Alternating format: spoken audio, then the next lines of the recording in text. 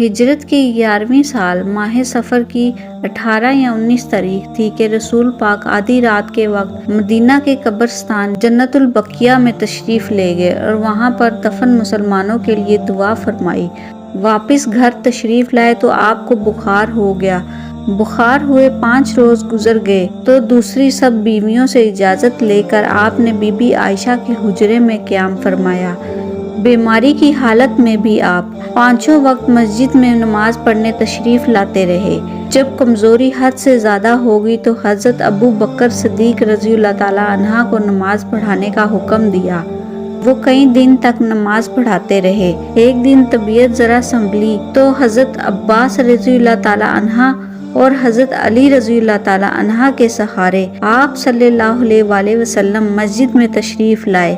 اس وقت حضرت ابو بکر رضی اللہ تعالیٰ عنہ لوگوں کو نماز پڑھا رہے تھے۔ آہٹ پا کر انہوں نے پیچھے ہٹنا چاہا لیکن آپ نے اشارے سے روک دیا، پھر ان کے پہلو میں بیٹھ کر نماز پڑھائی۔ نماز کے بعد آپ نے ایک مختصر خطبہ دیا جس میں فرمایا، اللہ نے اپنے ایک بندے کو کہ چاہے وہ دنیا کی نعمتوں کو قبول کرے اور چاہے تو اللہ کے پاس جا کر جو نعمتیں ملنے والی ہیں ان کو قبول کرے۔ اس بندے نے اللہ کے پاس جا کر ملنے والی نعمتوں کو قبول کیا۔ دیکھو، میرا نام لے کر کسی چیز کو حلال یا حرام نہ کہنا۔ میں نے وہی چیز حلال کی ہے جو اللہ نے حلال کی ہے اور وہی حرام کی ہے جو اللہ نے حرام کی ہے۔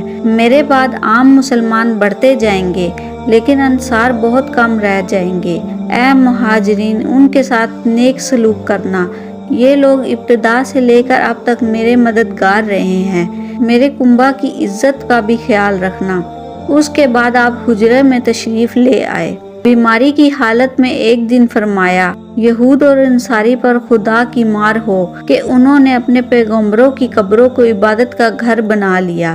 ایک دن لوگوں سے فرمایا کہ اگر میرے ذمہ کسی کا قرض آتا ہو، اگر میں نے کسی کی جان و مال یا عزت کو صدمہ پہنچایا ہو تو میری جان و مال اور عزت حاضر ہے، وہ اسی دنیا میں مجھ سے بدلہ لے لے۔ سب لوگ خاموش رہے، صرف ایک شخص نے اٹھ کر کہا، میرے اتنے درہم آپ کے ذمہ ہیں۔ آپ نے فوراً یہ رقم ادا کر دی۔ وفات کے دن صبح کے وقت طبیعت کو کچھ سکون تھا۔ آپ نے حجرے کا پردہ اٹھا کر دیکھا تو لوگ فجر کی نماز کے لیے صف باندھے کھڑے تھے۔ آپ بہت خوش ہوئے۔ لوگوں نے آہٹ پا کر خیال کیا کہ آپ مسجد میں آنا چاہتے ہیں۔ وہ خوشی سے بے قابو ہو گئے لیکن آپ نے ان کو نماز میں مشغول رہنے کا اشارہ کیا اور حجرے کا پردہ گرا دیا۔ جوں جوں دن چڑھتا گیا آپ کو بار بار غش آنے لگا۔ تیسرے پہر کی چینی بہت بڑھ گئی۔ اس وقت لوگوں نے آپ کو یہ فرماتے سنا، نماز نماز، غلاموں سے نیک برتاؤ۔ اس کے فوراً بعد آپ نے ہاتھ کی انگلی اٹھائی اور 3 بار فرمایا، بس اب سب سے بڑے ساتھی کے پاس، اور پھر آپ کی پاک روح سب سے بڑے ساتھی اللہ کے پاس چلی گئی۔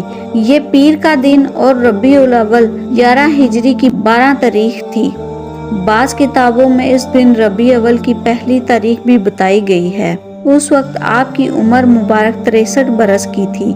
لوگوں میں آپ کی وفات کی خبر پھیلی تو ان کو اس قدر صدمہ ہوا کہ بیان نہیں کیا جا سکتا۔ منگل کے دن آپ کے خاص عزیزوں اور کچھ پیارے ساتھیوں نے آپ کو غسل دیا اور 3 سفید کپڑوں کا کفن پہنایا۔ غسل اور کفن کے بعد فیصلہ ہوا کہ حضرت عائشہ رضی اللہ تعالیٰ عنہا کے حجرے ہی میں جہاں آپ نے وفات پائی تھی آپ کے پاک جسم کو زمین کے حوالے کیا جائے۔ چنانچہ وہیں قبر کھودی گئی۔ جب جنازہ تیار ہو گیا تو مردوں، عورتوں اور بچوں نے باری باری حجرے کے اندر جا کر الگ الگ جنازے کی نماز پڑھی۔ بدھ کو رات گئے آپ کا پاک جسم قبر میں اتار دیا گیا۔ آپ کی قبر مبارک کو روضہ نبوی کہا جاتا ہے۔